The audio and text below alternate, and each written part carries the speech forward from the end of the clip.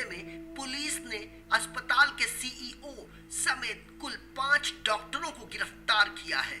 इस मामले में कुल 14 लोग अब तक गिरफ्तार हो चुके हैं। वहीं महाराष्ट्र सरकार ने अस्पताल का ऑर्गन ट्रांसप्लांट लाइसेंस भी रद्द कर दिया है। फर्जी दस्तावेज, फर्जी रिश्तेदार और एजेंट डॉक्टर की मिलीभगत से मुंबई के बड़े अस्पताल हीरानंदानी में चल रहा था किडनी का अवैध कारोबार। ये खुलासा पिछले महीने अस्पताल में हुई एक छापेमारी में हुआ था।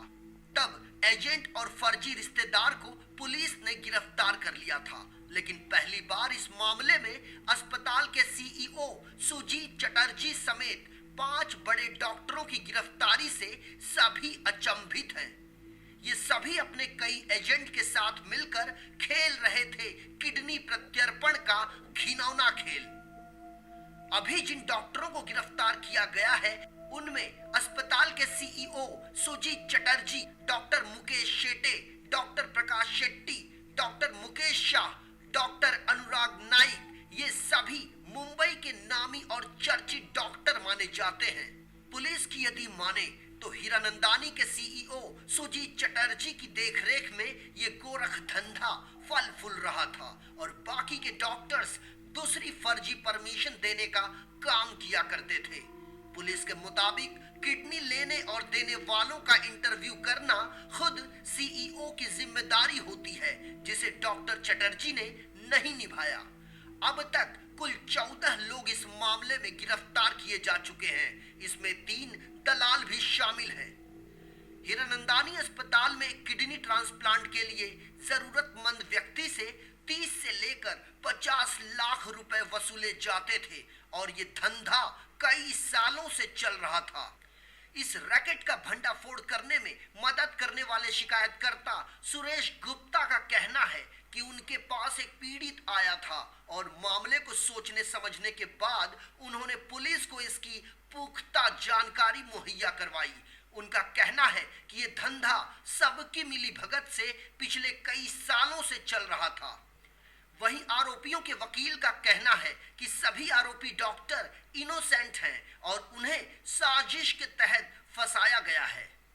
देखिए, डिफेंस ने जो प्रोसिक्यूशन ने जो आरोप लगाए थे, आरोप के पहले बैकग्राउंड हिस्ट्री आपको बता दूं मैं कि 15 जुलाई 2016 का जो केस हुआ था, इसमें एक आदमी अपने एक लेडी के साथ में हॉस्पिटल पहुंचा, हीरानंदानी हॉस्पिटल, और क्लेमिंग टू बी दैट वो मेरी वाइफ है और जो रूल के हिसाब से जो ये ऑर्गन ट्रांसप्लांटेशन का रूल है उसके मुताबिक कोई फैमिली मेम्बर को ही आप देख सकते हैं और किसी को आप डोनेट नहीं कर सकते हैं।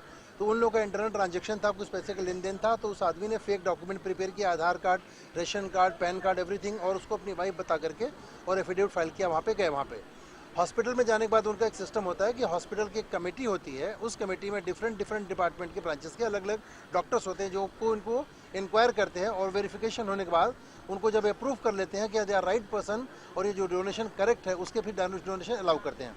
यहाँ तक जो वो बात होती है, जो घटना घटने की बात होती है, सारी जो पुलिस का कहना इन्हीं के बीच में सारी घटनाएं घटी हैं। बट हमारे जो डॉक्टर्स आज जो अरेस्ट हुए, इंक्लूडिंग 3 मोर पर्सन्स, जो डॉक्टर आज 5 जन को प्रोड्यूस किया था डॉक्टर्स को, उसमें ये हुआ था कि उन लोगों के ऊपर ऐसा कोई चार्ज है ही नहीं। वो ना तो कमेटी में है, ना तो वो लोग पर्सन इंटरव्यू लेने के हकदार है, ना तो उनका ड्यूटी है, ना तो उनको जॉब है। They are the persons just simply operated. उनका जब ऑपरेशन थिएटर में पेशेंट को लाया गया तो जैसे कि न्यूरोलॉजिस्ट होता है, अलग अलग डिपार्टमेंट के, कभी कोई ऐसी घटना घट जाए, कोई ब्लड प्रेशर डाउन हो जाए, तो उस डिफरेंट डिपार्टमेंट के हर डॉक्टर्स को वहाँ पे रहना पड़ता है। तो उन लोग वहाँ पे उनमें से हर अलग अलग डिपार्टमेंट के ये लोग खड़े थे। तो अगर कोई घटना गलत हुई या कुछ भी हुई तो हमारी जिम्मेदारी, डॉक्टर की जिम्मेदारी नहीं है। ये प्रोसिक्यूशन का केस था। अब प्रोसिक्यूशन ये बोलता है हमें इंक्वायर करना है। पैसे का जो भी लेन देन था वो जिनके पास था उनसे बरामद हो चुका है, पैसे रिकवरी हो चुकी है, कुछ बाकी नहीं तो किसी से रिकवर किया जाए। पुलिस का भी कहना नहीं कि हमको इनसे कुछ रिकवर करना है। और जिसमें मेन एक्यूज है, जिस आदमी ने जो पति बन के फोर्ज डॉक्यूमेंट के साथ में आया, हॉस्पिटल में पहुंचा, उस आदमी को ऑलरेडी सेशंस कोर्ट ने एंटीसिपेटरी बेल ग्रांट कर दी है। तो बाकी लोग जो मेन एक्यूज है, इन लोगों का न तो इनके ऊपर कोई चार्ज है फोर्ज पेपर का, न तो कोई चीटिंग है, न तो कहीं कोई इनके ऊपर चार्ज नहीं है। सिंपल ये कुछ पॉलिटिकल पार्टियों के दबाव में जो लोग आपका कंप्लेन का नाम आप जानेंगे, मैं किसी का नाम नहीं लेना चाहता हूँ, कोई कटाक्ष नहीं करना चाहता हूँ, बट यू कैन अंडरस्टैंड कि क्या चीज़ हो रही है, कैसे चल रही है। जिनका कोई राइट है नहीं, कोई अधिकार नहीं, वो एक पुलिस एजेंसी की तरह काम कर रहे हैं कि वहाँ जाके किसी को अरेस्ट करवा रहे हैं, पुलिस वालों को लेके जा रहे हैं, और सारी घटना होने के बाद दे आर रिकॉर्डिंग एवरीथिंग, फिर पुलिस CR कर रही है। तो आप समझ सकते हैं कि क्या है, व्हाट इज़ व्हाट। ये सिंपल, मैं कोई किसी के ऊपर ब्लेम नहीं कर रहा हूँ, बट ये चीज़ है कि इतना ही बोल सकता हूँ कि हमारे जो क्लाइंट्स हैं, जो डॉक्टर्स हैं, including all other doctors, they all are innocent person. Police सूत्रों की यदि माने तो अब तक इस पूरे मामले में गुजरात और राजस्थान से भी कई आरोपियों को गिरफ्तार किया गया है। इसके अलावा इस गिरोह ने अब तक इसी तरह से फर्जीवाड़ा कर 50 के करीब किडनी का ट्रांसप्लांट करवाया है। हालांकि पुलिस ने अब तक सिर्फ 4 मामले में ही छानबीन शुरू की है। इसके अलावा पुलिस हीरानंदानी अस्पताल में हुए अब तक के सभी किडनी ट्रांसप्लांट के फाइल्स को दोबारा खंगालने में जुट गई है। साथ ही आरोपियों के खिलाफ मानव अंग प्रत्यार्पण कानून 1994 के तहत भी आपराधिक मामला दर्ज किया गया है।